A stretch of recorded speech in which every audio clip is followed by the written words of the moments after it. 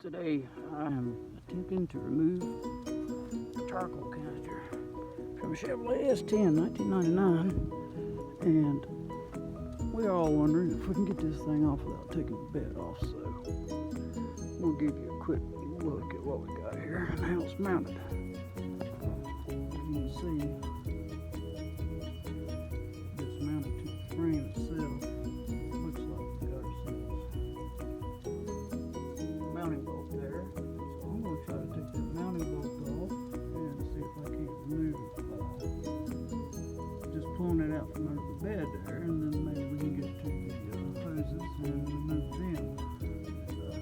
Hopefully this process will go as planned. That's fine. As you can see, we got ourselves a 10mm on there. That's what it's going to take, 10mm. So right there is your 10mm. Kind of tight fit. We'll get in there so we can do it.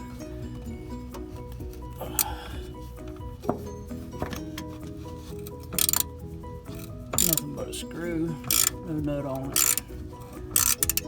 Just wrench that bad boy right off. Try to stay level with it as we do. DIY and the shade tree thing doesn't always work out to the best. We're gonna make it work.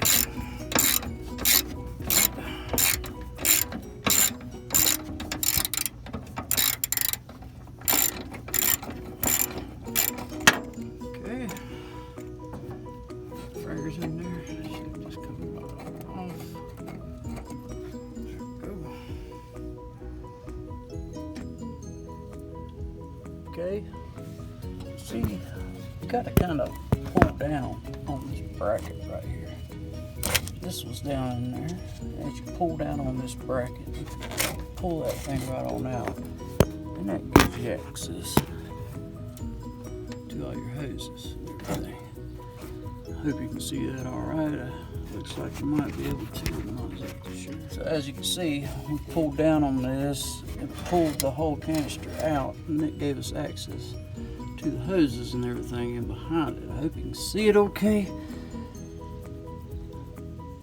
But this has given us the ability to get to that without having to remove the bed, which is what the whole purpose of this video is about. So let's continue on and see if we can get this out of here without going through all the trouble. All right, so I finally got it hoses undone. I don't know if you can see, but these guys right here, you really got to press down hard on your fingers and pull back on it. But that outer ring right there, that outer ring right there, you got to press down really hard on and then pull back on the hose at the same time to get it to come loose.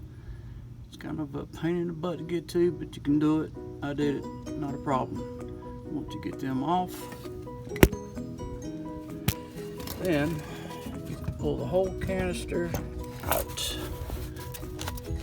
Down, let it hang, and then you got your vent hose here that you can get to now to remove that hose clamp that's on there. As you can see, there's a hose clamp there. You can't get to it until you get the other two hoses off. Once you get them other two hoses off, pull it on down here out of the way so you can get to it. And you might want to spray a little bit of WD-40 on there, and she'll come right off. And that's that. Well, she's in there, folks. It took a minute or two to get it in there, but we got it in there. You have to forgive the heat out here. It's like 105 degrees today. But I managed to put the canister on without taking the tailgate off. And having to take the whole bed off. And now she should be pretty much ready to go. Had it up on ramp so I could get in there to it easily, and now I shouldn't be having no more problems with the smell of fuel. And the cold starts in the mornings, should be able to start right up for the most part, but we'll see what happens. Gotta give it a little time to get some pressure on it. Starting up hard. There There she goes. She's running now.